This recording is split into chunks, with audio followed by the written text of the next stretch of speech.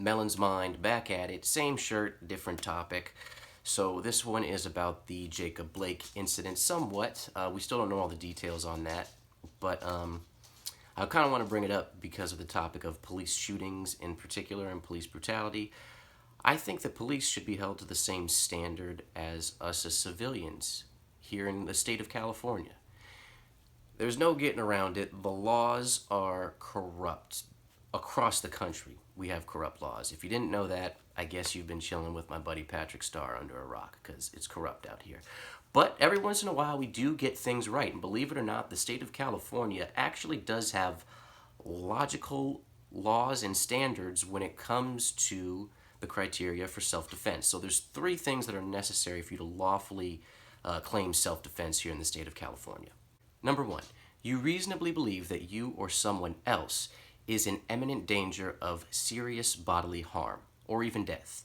Number two, you reasonably believe that the use of force was necessary to stop that imminent danger. And number three, you use no more force than was reasonably necessary to stop that imminent danger. So I think as we move forward and more details come out and we analyze this, I think it's important to keep those three things in mind. Violence is sometimes necessary for self-preservation, but it should always, always be our absolute last resort.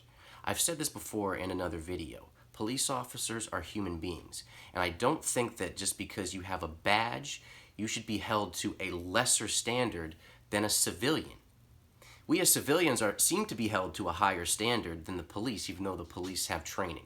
And something is wrong with that, because a lot of times we see a police officer shoot somebody because they feared for their life, which can be reasonable.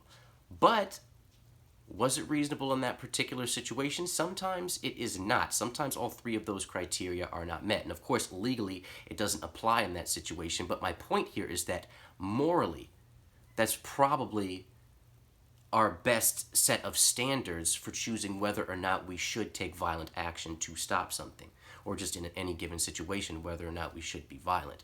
Now, this is where things might get a little dicey for some people. And again, like I said earlier, violence is the absolute last resort. So I'm not calling for people to be violent, so don't get it twisted.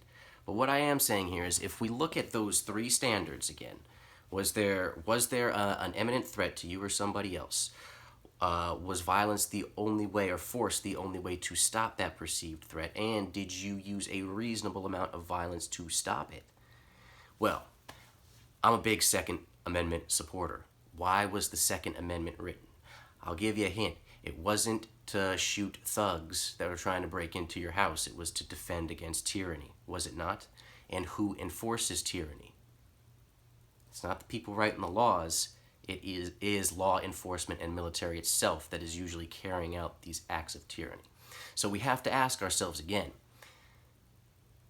or maybe not ask is the right word, but we just have to look at this now. If a police officer is unlawfully hurting someone, do we as civilians then have the right to stop them from hurting someone? Because I tell you what, if we live in a nation where the police are allowed to murder us and are held to a lower standard, and they just get away with doing whatever they want, and we legally have no way to defend ourselves, I mean, we're already living in a tyrannical state. If you don't know that, then wake the fuck up, dude, because we got a few years left before it's too late and we can't do anything about it before we're too far gone. We're already in a state of tyranny.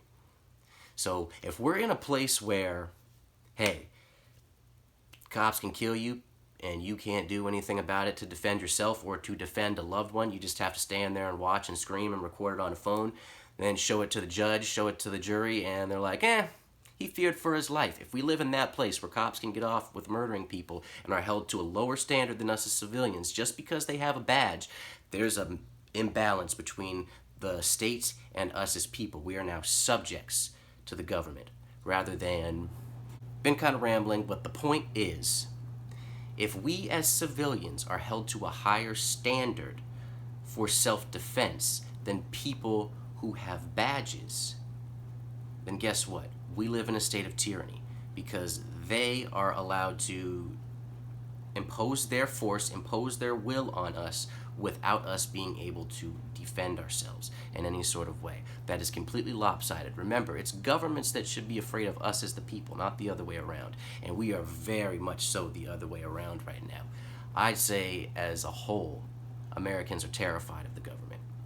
And that's a sad day here in America.